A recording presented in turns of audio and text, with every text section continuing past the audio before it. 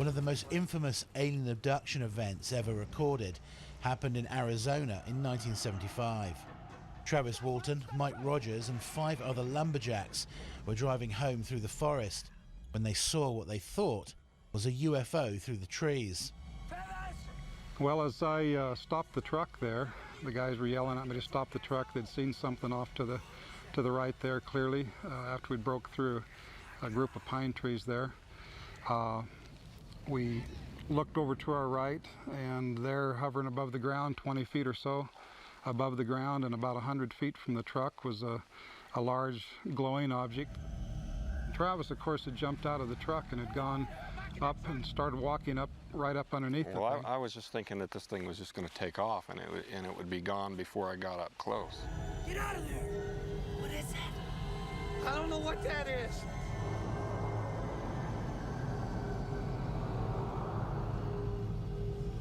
I was getting, pretty scared myself, and I made up my mind to make a run for it.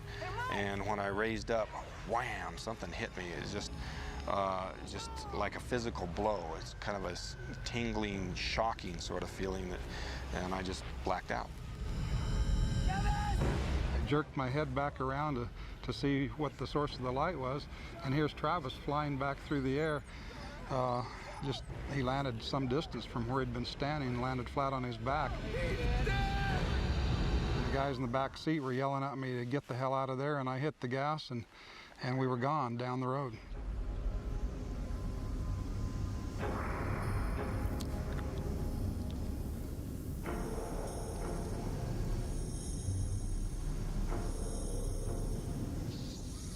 According to Travis, the next thing he remembers was waking up in what he describes as a large dark room, lying on a cold metal platform, surrounded by alien creatures. I was definitely not in a hospital. And can you describe what these aliens look like? Well, they were basically humanoid, 2 arms, 2 legs, like that. But they had very large heads, no hair, sort of a pale grayish white skin. He says that he remembered a large surgical instrument being lowered down onto him and used to remove fluid from his eyes. Within days of his disappearance, Travis Walton's story hit the headlines across America. And despite an extensive search in the forest, no one could find any evidence of what happened. The police believe that the group might have murdered Travis and disposed of the body, but Mike and the others all passed polygraph tests and stuck to their UFO story. And you and the other lads in the truck were convinced that you'd seen a UFO and that it had taken Travis? We weren't convinced that we had seen a UFO. We were absolutely positive that we'd seen a UFO. It wasn't just a UFO, an unidentified flying object. This was a definite flying object. It was very close, very vivid, and burned, etched in my memory forever.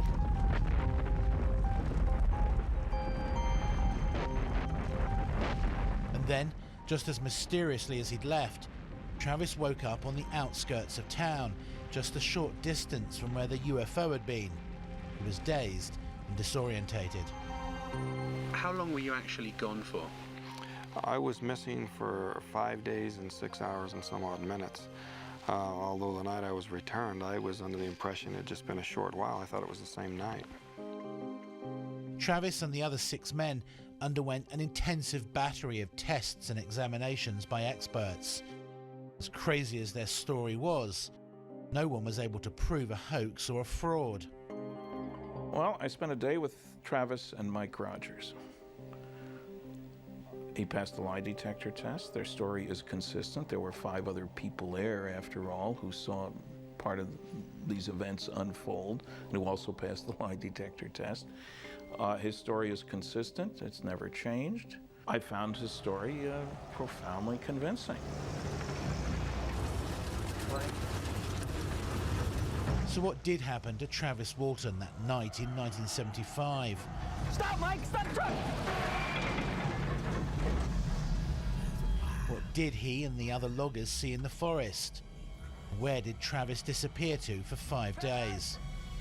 What do you say to people who say, you know, these seven loggers in the woods just made this whole story up? I mean, you know, 7 people see the same thing. They stick by their stories for over 2 decades. You know, all of us have taken polygraph tests. Every theory more than one polygraph test. Every theory the skeptics come up with is just, you know, just absurd and easily proven so. There was another interesting fact that wasn't reported at the time. A radiation test was done on the clothes and hats that the group were wearing on the night.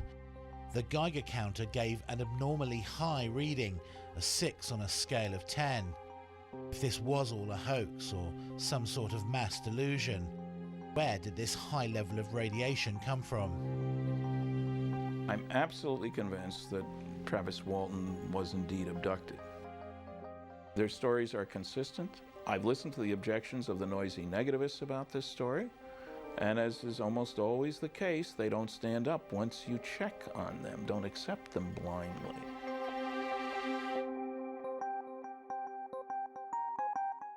I'm convinced he's telling the truth, along with Mike, because of all this peripheral stuff, polygraphs, etc.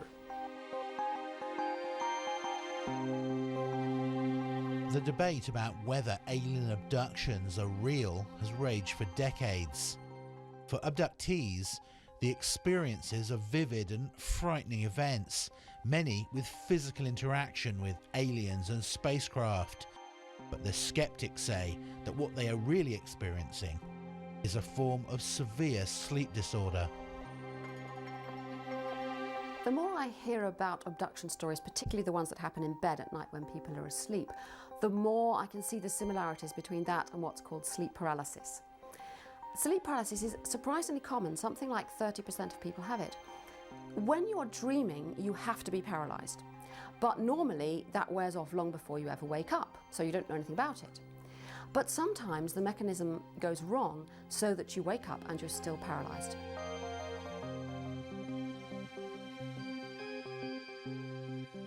This paralysis is very often associated with buzzing and humming noises, feelings of floating or flying or being dragged away, creepy crawly skin sensations as though something's running up and down your skin, and overwhelming all of that, a sense of presence, the feeling that there's somebody there in the room with you.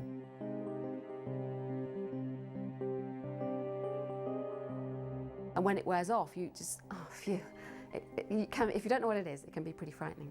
Now, you can see the many similarities between that and alien abductions. I think a lot of alien abduction accounts are in fact elaborations of sleep paralysis.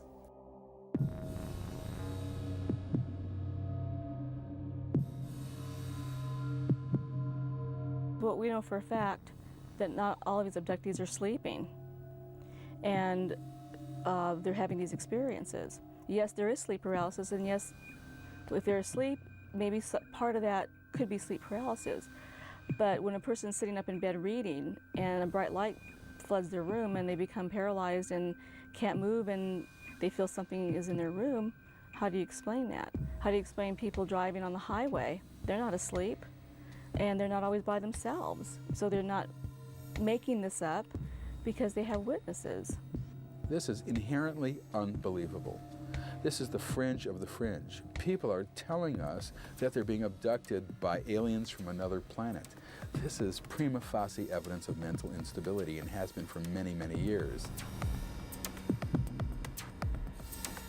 For the first 30 years, 20 years of this phenomenon, all we did was search for psychological and psychiatric reasons for why this could be happening. We've got to find the reasons for it because it's obviously psychological. It can't be happening the way people are describing it. Well, it's not psychological and it's not psychiatric, and it is happening, I think, by and large, the way people are describing it.